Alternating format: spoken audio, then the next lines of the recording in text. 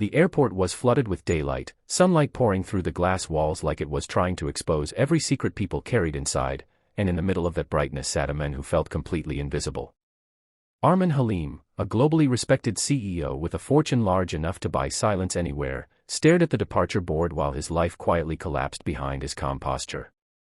He had everything the world admired and nothing his heart recognized anymore, and that was when a small, gentle presence broke through his isolation by asking if he too was lost, a question so innocent and piercing that it struck deeper than any boardroom betrayal ever had. Before the story goes any further, if you believe in kindness, second chances, and the power of human connection, please take a moment to like this video, share it with someone who needs hope, comment your thoughts, and subscribe to the channel Good Soul, because stories like this live through people who still believe hearts can heal. Armin had arrived early for his flight, not because he was punctual, but because his penthouse felt unbearable after signing divorce papers that morning. The marriage had ended quietly, without shouting, without drama, just exhaustion and two people who had stopped trying. He had built companies from nothing, turned risk into empires, but at 51 years old he could not fix the emptiness echoing inside him. The airport buzzed with movement, families laughing, travelers rushing, announcements floating through the air, yet Armin sat still, hands folded, eyes tired, dressed in a tailored suit that suddenly felt like a costume. That was when he noticed the little girl sitting a few seats away, bathed in sunlight, her legs not quite reaching the floor, holding a worn backpack that looked too big for her small frame. Her name was Serene, though Armin did not know that yet.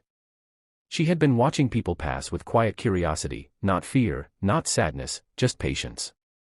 She was waiting for her aunt, delayed by traffic, and in that waiting she noticed the men whose eyes looked heavier than anyone else's. When she asked if he was lost too, she wasn't being playful. She was sincere. Armin didn't answer right away. The question lingered, echoing through memories of childhood dreams he had abandoned for ambition.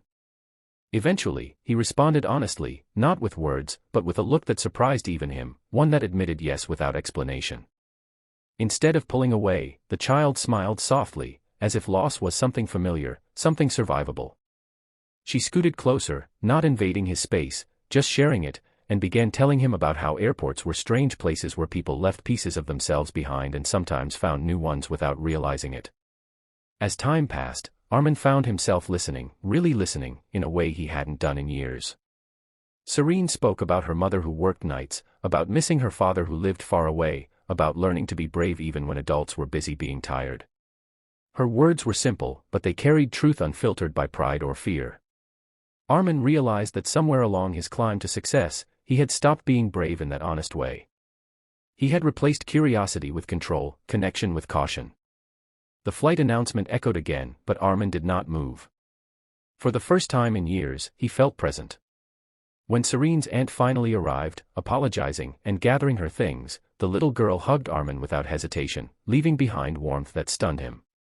She told him, again without ceremony, that grown-ups forget they are allowed to feel lost, and that finding someone else who is lost at the same time can make the place less scary.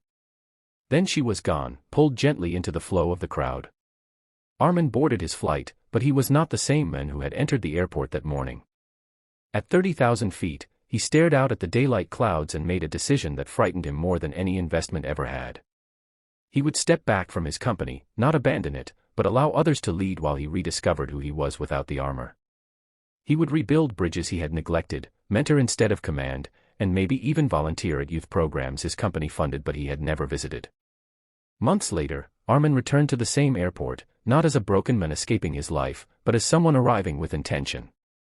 He carried a small gift in his bag, hoping, though not expecting, to see the child who reminded him that being lost was not failure, just a pause before direction.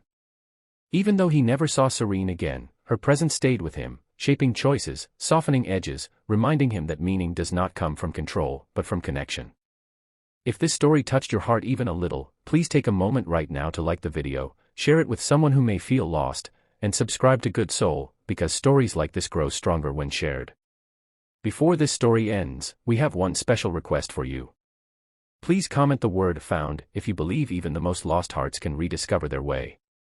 Armin walked out of the airport into the bright afternoon sun, no longer afraid of the open space ahead of him, knowing that sometimes the smallest voices ask the biggest questions, and sometimes the answer changes everything.